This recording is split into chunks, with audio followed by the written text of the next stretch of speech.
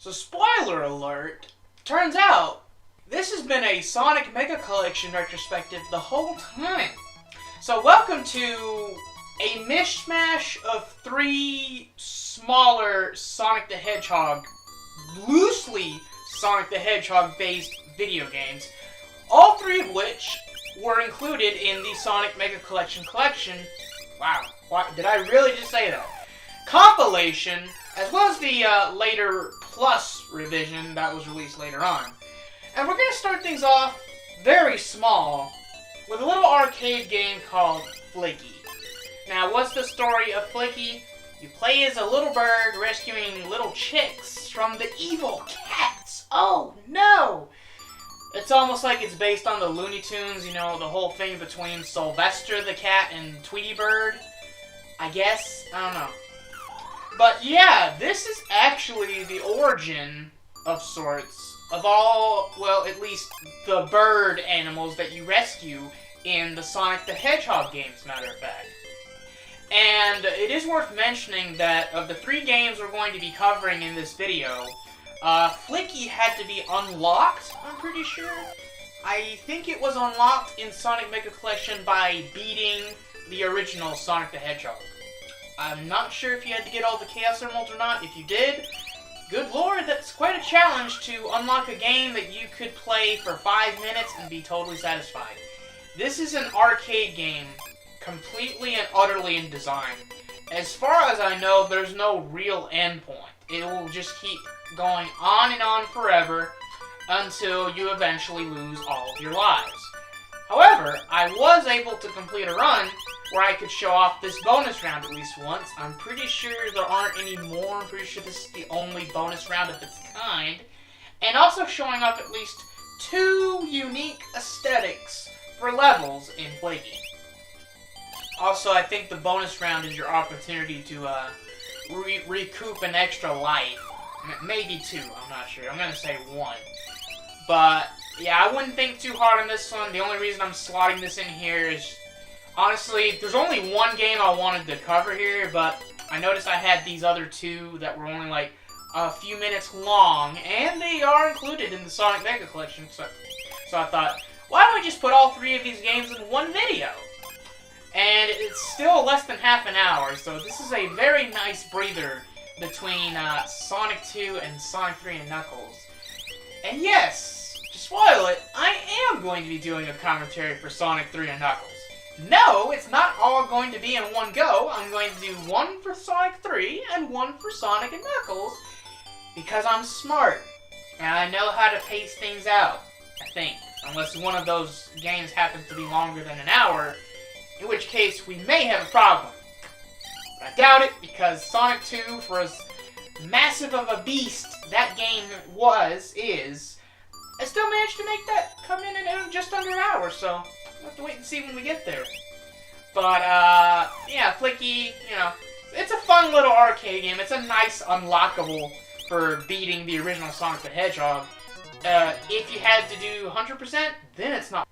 But now we're getting to the real meat and potatoes of this, sort of a bonus video for Sonic Mega Collection. Dr. Robotnik's Mean Bean Machine, also known as Puyo Puyo. Yes, this is a reskin of Puyo Puyo, which for a long time was technically a Japan-exclusive game series, but Sega found a way to bring it over by slapping on technically, an Adventures of Sonic the Hedgehog skin. Yes, this was released in 1993, so this actually predates Sonic 3 and Knuckles, but it came after Sonic 2. So, yeah, kind of a funny coincidence that I'm doing this between 2 and 3. It's almost like it was intentional. No, don't be ridiculous. And also because Puyo Puyo is my favorite puzzle game series, I get really serious about Puyo Puyo sometimes. I'm gonna be real with you guys. And yes, this is, again, post-commentary because, even if you're really good at Puyo Puyo, sometimes there's this thing called RNG. As you progress through the game, the story mode of the game, it gets faster and faster, almost to a point where it gets so fast you barely have any time to put any inputs in. So say hello to the first stage. This guy's name is Arms. I don't remember which episode he was featured in, if he was even featured in one, but I do remember this character from an episode of the show. I think Sonic attached like a hook to his hands, and then Sonic ran really fast, the robot didn't let go, and eventually the robot was destroyed. But in the context of Mean Bean Machine, he's the first boss. And, well, first boss is not going to be difficult at all. Keep that in mind, because as soon as we go to the next stage, there's a little bit of a difficulty spike, and I'm not sure if this was intentional or if this was even the case in the original Puyo Puyo. I wouldn't know. But, yeah, you consider Arms a warm-up for the rest of the game. It is also worth mentioning, because I doubt I'm going to do a standalone commentary on this game, but there's a Kirby version of this game called Kirby's Avalanche on the Super Nintendo. And there is a debate as to which game people think is better. And I'm going to spoil this fact for you. They're both exactly the same quality. What might be the deciding factor for whether someone likes one or the other, not objectively, is if you were a bigger fan of the Kirby games or the Sonic the Hedgehog Saturday morning cartoon. That is very specific. If you were to ask me, though, I gotta give it to Mean Bean Machine because of the music. Because the music you hear in Kirby's Avalanche is the same music, mostly the same music you hear in any other Kirby game. So it's nothing special. Mean Bean Machine, though, it's got kind of its own identity, honestly. And while ever since I became an adult, I have barely revisited the actual Adventures of Sonic the Hedgehog cartoon. But Mean Bean Machine, I still come back to pretty often, because, are you seeing these combos I'm doing? Come on, man. Yeah, it's mostly because of Puyo Puyo. I will say that the skin of the Sonic the Hedgehog cartoon characters does bring back a lot of fond memories of watching the show a lot as a kid. As a kid, I'm pretty sure I watched the show more often than I played any Sonic game, because I didn't really get into playing the Sonic games until the Dreamcast, honestly. If I had a chance to play any other Sonic game before the Christmas of 1999, I think I recall playing Sonic 2 in a dentist's office. And that's about it. I'm pretty sure I never had a Genesis. And I didn't even know there was a such thing as a Sega Saturn until high school, maybe even later than that, because of how Sega released that console. And the fact that, honestly, there's really not much, if anything, worth playing on the system that you couldn't just play elsewhere or via emulation. Yeah, that thing would be a gigantic waste of money, but I'm sure there are people out there overpricing it because because gullible collectors will pay for it. Yeah. Not that you couldn't get your entertainment value elsewhere if that's all you're wanting. I mean, even the Dreamcast isn't exactly a very good retro game purchase these days, but I would still recommend it over a Saturn. If nothing else, because the Dreamcast versions of the Sonic Adventure games are still fairly distinct, particularly the original Sonic Adventure. Maybe not so much 2, but that's getting slightly off topic. And let's dial back the topic to Mean Bean Machine here. Say hello to... God, I actually don't know the name of this guy. And I don't think this guy ever even had a minor spotlight in an episode of the cartoon show. I think he was in the background of the first episode, which I think was called the Super Squad or something like that.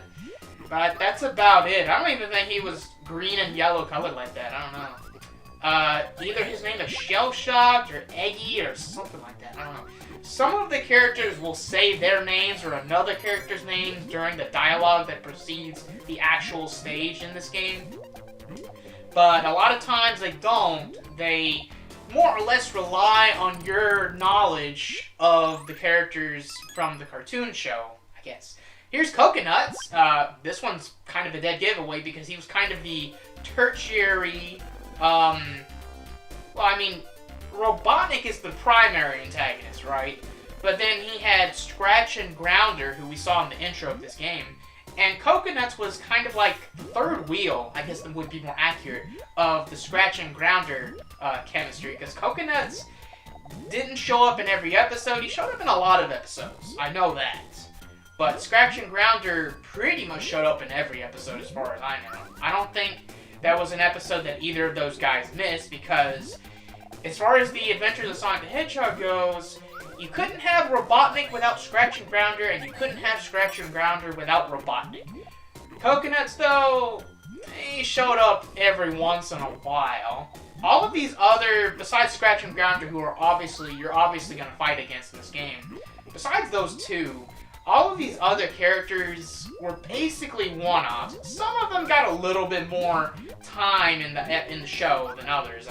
I'll try to highlight them if I can remember. Just keep in mind, the last time I watched an episode of the show, period, is years at this point. And it's been even longer since I was I got into an episode of the cartoon show. It's not something I care to go back and revisit, honestly. Well, I mean, I could if I was really bored and if it was on Netflix and it could provide decent background noise, but beyond that context, yeah, I don't know what to tell you. But Mean Bean Machine as a game, it's Puyo Puyo. It's still hella fun. And if you're a fan of puzzle games, I highly recommend it. You know, I said pretty much everything I have to say about this game, but we are just under the halfway point. This guy's name is memorable once you remember it. It's actually Davy Sprocket. Now, as I recall, in the same episode I talked about with Arms, I believe Arms and Davy Sprocket were in it at the same time. Sonic tricked him to hold on to something, and then Sonic ran really, really fast, and the robots didn't let go, and eventually they got demolished. This actually could probably happen in the first episode with the Super Squad. I think the Supersonic Destruction Super Squad, or whatever the hell the name of that episode was the first episode. I don't remember it being the first episode I watched, but apparently it was the first episode that either aired or was produced, or something like that. And a very interesting choice for a first episode, I will say. You know, introducing all these bad guys that don't really have much of a presence after that episode, other than Scratch, Grounder, and occasionally Coconuts. But hey, Coconuts had a pretty funny voice. I want to say it was vaguely New York accent-ish. This guy's name, take a wild guess what this robot's name is, alright? Kind of looks like a pig, right? A pig on wheels? His name is Squeal, because pigs, well, they squeal. And squeal rhymes with wheel. Also, there's a Pokemon named Spiel. That's completely unrelated, that's just a bonus for all you Pokemon fans out there, because I have yet to do a commentary or a Let's Play on a Pokemon game. I should probably change that sometime soon. That could be interesting. But anyways, back to Mean Bean Machine. Yeah, we're just under the halfway point here. Around this point, the gameplay speed gets a lot faster quite quickly. Oh my god. Oh my god, that combo. Yeah, so in this particular playthrough, Squeal was kind of a pain in my butt. I think this was the second time I had to go against him. That was a nice bonus. The maximum bonus is obtained, I think the maximum bonus points is obtained by defeating a boss in under 30 seconds. Which, as you can see, seems doable, but the pattern for the beans that you get access to during the boss, or the stage, however you want to call it, it is random. It is determined right before you start the stage. So if you were playing this on an emulator with save states, if you save state right before the stage starts, ideally right before the dialogue screen with the character, you'll get a different result. I think if you do a save state like right when the stage loads in with all the all the graphics and whatnot, but right before the countdown, it might be set by that point, but I didn't want to risk that. It would have made the editing really choppy if I did it that way, so I opted for the other way. Now, it is worth mentioning that playing this game on emulator over authentic hardware doesn't really change the experience that much, honestly, because in the actual game, you get infinite continues. If you keep losing in a stage, as long as you keep continuing, you can keep trying the same stage over and over again. So, the only real advantage you get playing on an emulator over authentic hardware without save states and whatnot is the ability to slow down the game. Which, yeah, it's not that useful, honestly, because yes, it slows the gameplay down, but it also slows down your inputs. But it does give you more time to process everything, and you can also pause the emulator. I think you can pause the game too, otherwise, but when you pause the game the normal way, all of the beans are despawned. So you can't look at the bean structure you've already established and try to figure out a good way to make a lot of combos in a row. Was it Grounder that I did a pretty epic combo on? Because it looks like I'm setting up a pretty epic combo over here. Hold it. Wait. One. Yeah. Yeah, he's basically dead. Oh, man. Yeah, he's basically dead after that combo like that. Dang, and this was first try, too. I didn't have to redo Grounder. Was this sub 30 seconds, though? But it is close. It was close. Yeah, so getting sub 30... Oh, God, this guy. So this guy's name is Spike. Not the best name they could have picked for this robot, honestly. And I think this is another robot that had its one time in the spotlight in the Supersonic Destruction Squad, or whatever the hell the name of that was. Oh yeah, and Grounder was cool, but Scratch, I feel like stole the spotlight usually. If nothing else, because of his darn laugh. He has this laugh in the show, at least in the English dub of the show. Scratch has this laugh that he makes that I think the voice actor was trying to channel Woody Woodpecker, honestly, but it came across as something a little different. So Woody Woodpecker's laugh is like, but Scratch's laugh is like, it's like, what the hell, man? How is that not being an asshole when you laugh like that? Whereas, I will give it, at least Scratch's laugh is shorter than Woody Woodpecker's laugh, so that's a good thing, I guess. But, yeah, this guy... It is worth noting that this guy was another one of those that took me 2 tries, but, yeah, Scratch, I feel like, was the star of the duo, and I find that Grounder often gets overlooked, because Grounder was just kind of dopey. If Grounder reminds me of any character that was created after the original show, closest comparison would probably be Patrick, honestly. Maybe like a weird combination of Plankton and Patrick, actually.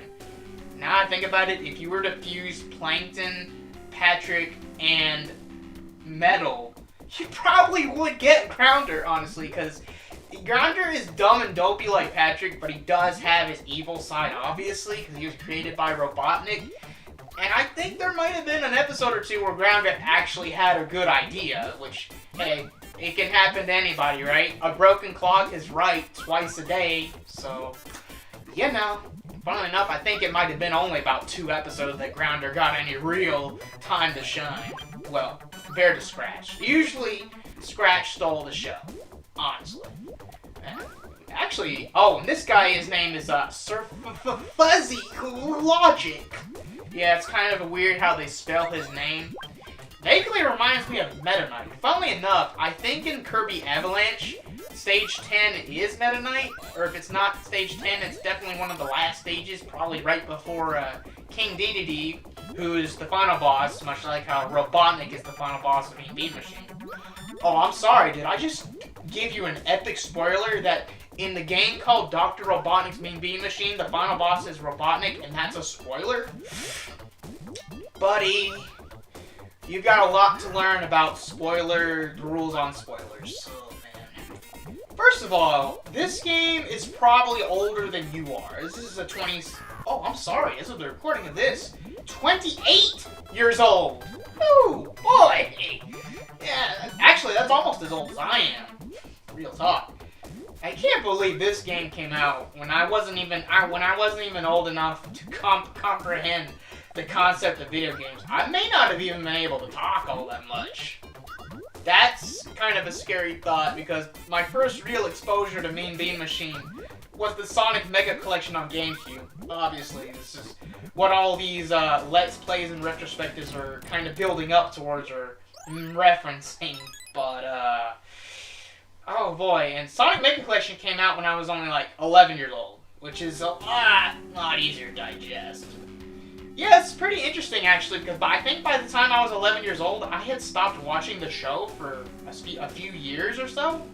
So when I saw this game, I think I might have been blown away.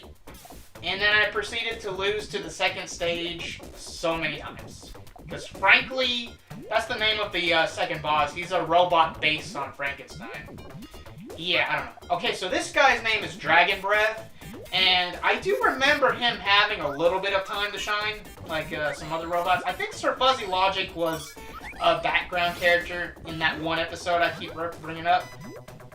Dragon Breath, I think, had his moment in that episode. If not, it might have been another episode. I don't know. But I do remember this guy having more than a couple minutes of screen time in the show, so that's worth something. Also, his face right now, when he's almost about to lose, is one of the best ones in the game. When we come up to Scratch, who's the next opponent, you'll find that Scratch's facial expression for when he's beating you is far better than the one where he's about to lose. So, we're fixing to screw over Scratch because, well, I'll give him this much. This was the first time playing this game, well, yeah, first time other than maybe the first playthrough that doesn't count.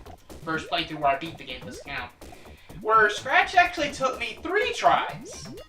However, when I got to this 3rd try, well, you know, I think for once I'm actually gonna let it speak for itself. I need to get a sip of water anyway.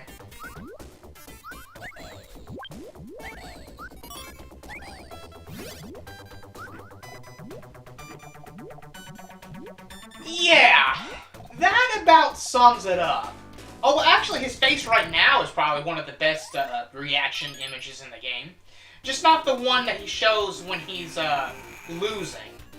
Because it just looks weird, that one, honestly.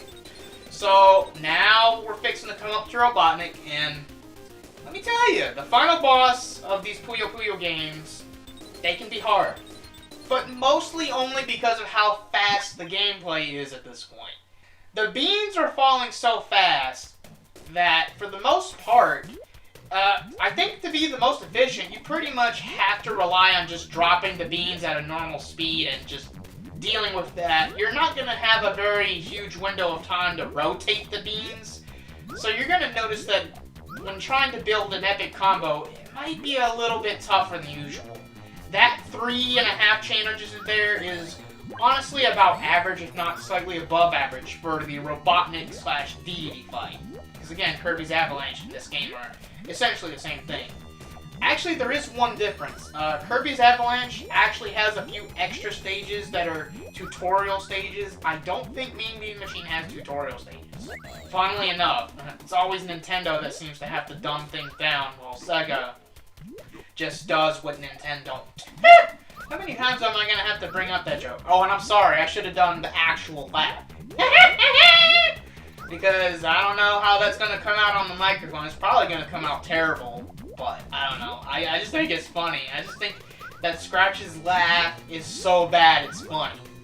Which, yes, it can be a thing. Also, this was my first try against Robotnik in this run. And